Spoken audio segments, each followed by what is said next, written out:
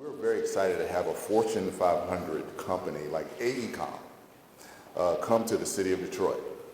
Aecom's portfolio is vast, from helping with the Gordie Howe Bridge development at the port of entry into Detroit, to other vast projects that have had your hands on them around this city, and most certainly around the country and around the world.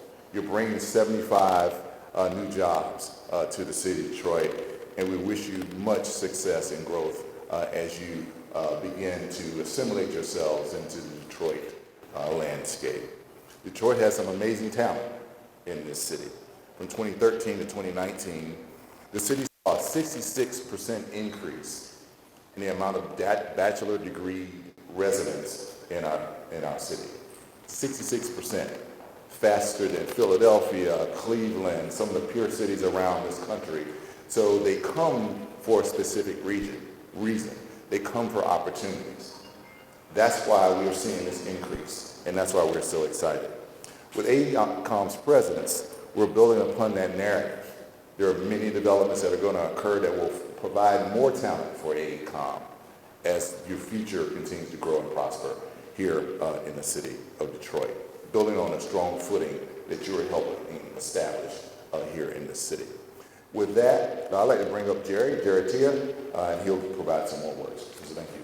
So it's not every day you have a Fortune 500 company who's recruiting African Americans to come to Detroit and become, technical experts in their field. So I want to thank Pierre for his hard work and dedication, all of the team here at Aecom, including Jalen and everybody else. It was amazing. Great job. It's really an opportunity for us to teach and learn, and I think this space represents a place where we collaborate with each other and we teach and learn, and that's been a tenet of our approach here since I started.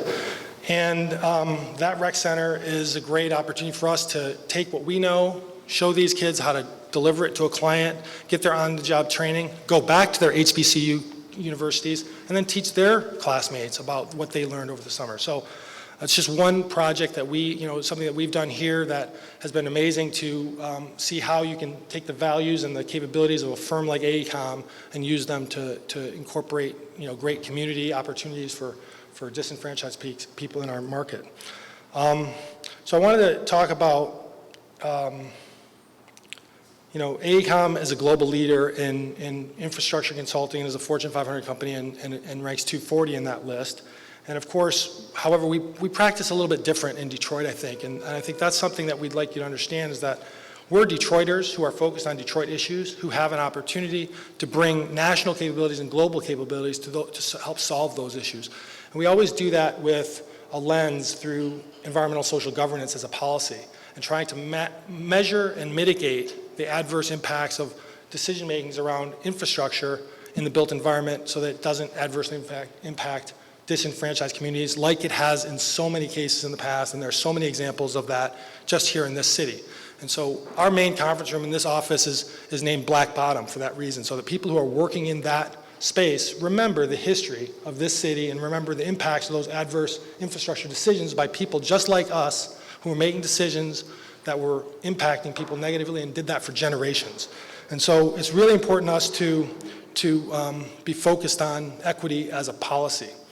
Some of the projects that Aecom has worked on here in the Detroit region, in the Detroit area, we're the program manager for the Detroit Water Sewer Department. We're designing and building the Gordie Howe International Bridge, including the International Port of Entry on the U.S. side. That's happening here in this office. We're designing and building a 160 patient room tower for Henry Ford Health in Macomb County. We're doing the I-75 replacement project up at 696 and 75, where some of you probably dealt with on the way in, potentially, so I apologize on behalf of my colleagues in transportation. We built Little Caesars Arena years ago.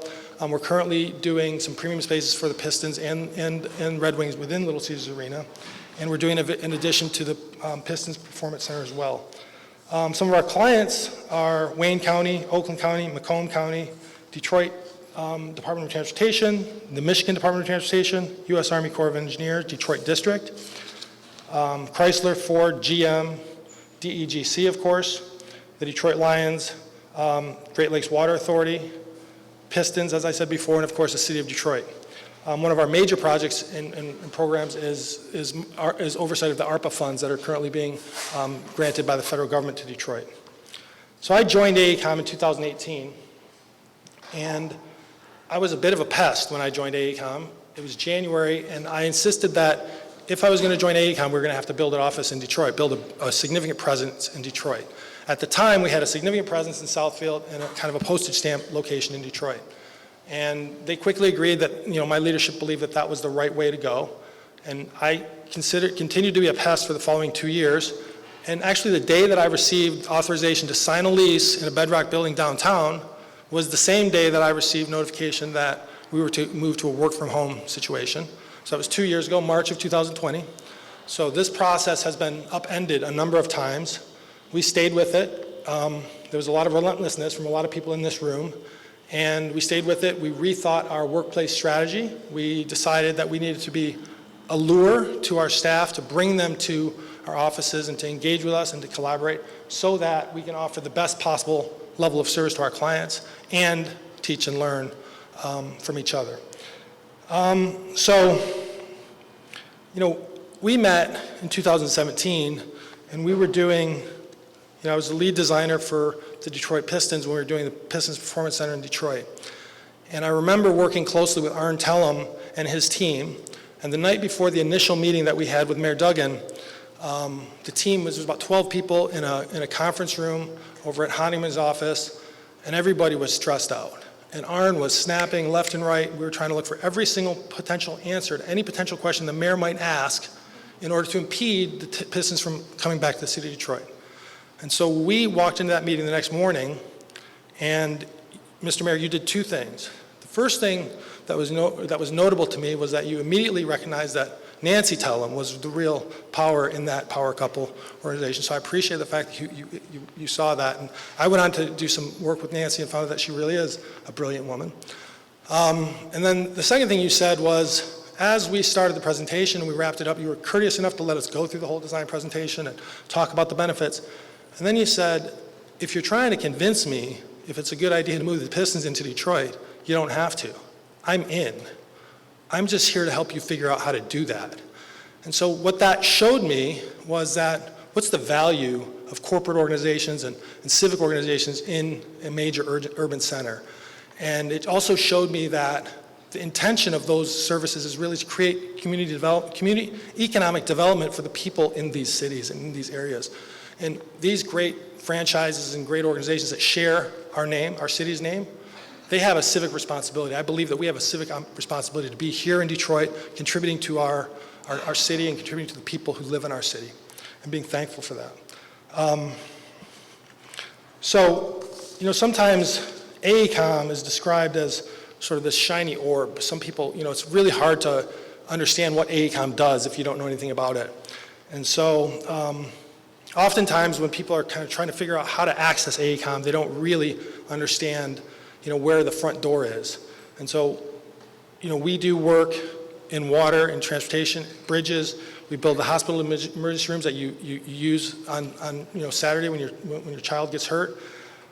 We build infrastructure across the globe, and we have incredible capability, incredible experts, both here in Detroit and globally. And in order to avoid the confusion of not knowing how to get into that crystal orb that we have here, what I thought was I would give you a key to Aecom, Mr. Mayor.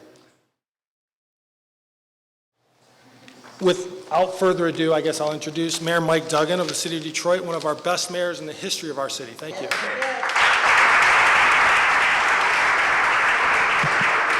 I got to get my mind around this. Normally, I'm giving out a key to the city. This is the first time anybody ever gave me a key. Jerry, thank you, and welcome to Detroit. You happy to be here? Yeah! How many of you are working on a Detroit project one way or another? That's terrific. Thank you. You are such a central part of what we're doing to rebuild the city on the infrastructure side and the American Rescue Plan side. You guys, basically $827 million in spending is running through your review. I'm going to see President Biden tomorrow, but I told him when the American Rescue Plan was passed and he was talking with me about the strategy, I said, look, Republicans may take over the House. They're going to want to investigate your American Rescue Plan. But I'll tell you one thing, when they come looking at Detroit, they're not going to find anything because we've got outside review. And the president had me do a presentation to the mayors around the country saying, this is the way you should insulate yourselves about claims that you spent the money wrong or you did it politically, was do something like Detroit did with Aecom. And so you guys have become the model nationally, and thank you for what you are doing. And, you know, I worked in this neighborhood for 9 years. I ran the Detroit Medical Center for 2004 to 2013. The only thing that was along here was the Union Station and McDonald's at the time. Apparently McDonald's survives everything. But Sue Mosey is the head of Midtown. Sue, raise your hand. So when I got elected prosecutor in 2000, Sue came to me and told me I wasn't paying enough attention to Midtown. And I said to her, what the hell is Midtown? Nobody ever called it that. The history of this city is downtown started off, and then General Motors built their headquarters up in the New Center area with all those high-rises, and the assumption was that we'd be like New York, and high-rises would fill in from Grand Boulevard to downtown. Of course, the Depression hit, and it never filled in. This was always the forgotten area in between. Sue came in and said, this is Midtown. This is special. Now, when I first heard it, I never thought the name would catch on.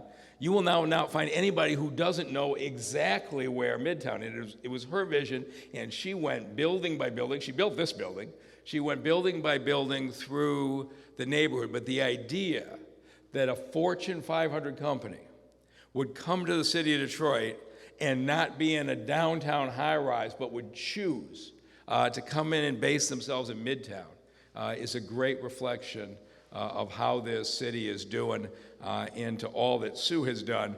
And then when I thought you guys were about as perfect as could be, you play that video.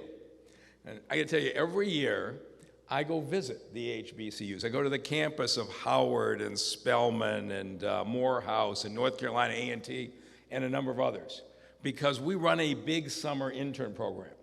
And we realized that the interns we were getting were not reflecting the community they were serving. And so I started going and talking to schools. Some of the most emotionally powerful things I've done. A couple times the media published my travel schedule. And I would get to these schools, and a number of the students there would say, my mom called, my grandma called, said, you got to go see the mayor. He's coming to your school. And more than once I heard from somebody who said, I studied hard all the way along so I could get out of Detroit. And now my mom's saying, you got to go see the mayor and come back to Detroit to help be a part of it. The idea that a private company would deliver that message to young men and women of color saying, you can come in and design and build this city of the future and be a part of it is just a remarkable level of corporate responsibility. Lots of people give speeches. Watching that video is unbelievable, and I'm now jealous, Jerry, because we have never done a video like that in our summer program, but my communications team, John and Corey, we need to get right on that. That's what it is. So you embody all of the values that we aspire to in this city, and we're really glad you're here. You put your headquarters here, and you're a part of us, and I'm going to go back and put the key up in the office, the only key I've got. So thank you for being here. So I'd like to just end by thanking Kevin Johnson, president of the DEGC, who's been an amazing partner, an amazing friend, great guy who's just listens to any kind of strategy or idea that I might want to bounce off of him, has always been a great partner for us. So Kevin, thank you so much for coming. We have a gift for you. It's not a key. It's not a key. There's no key. No more key.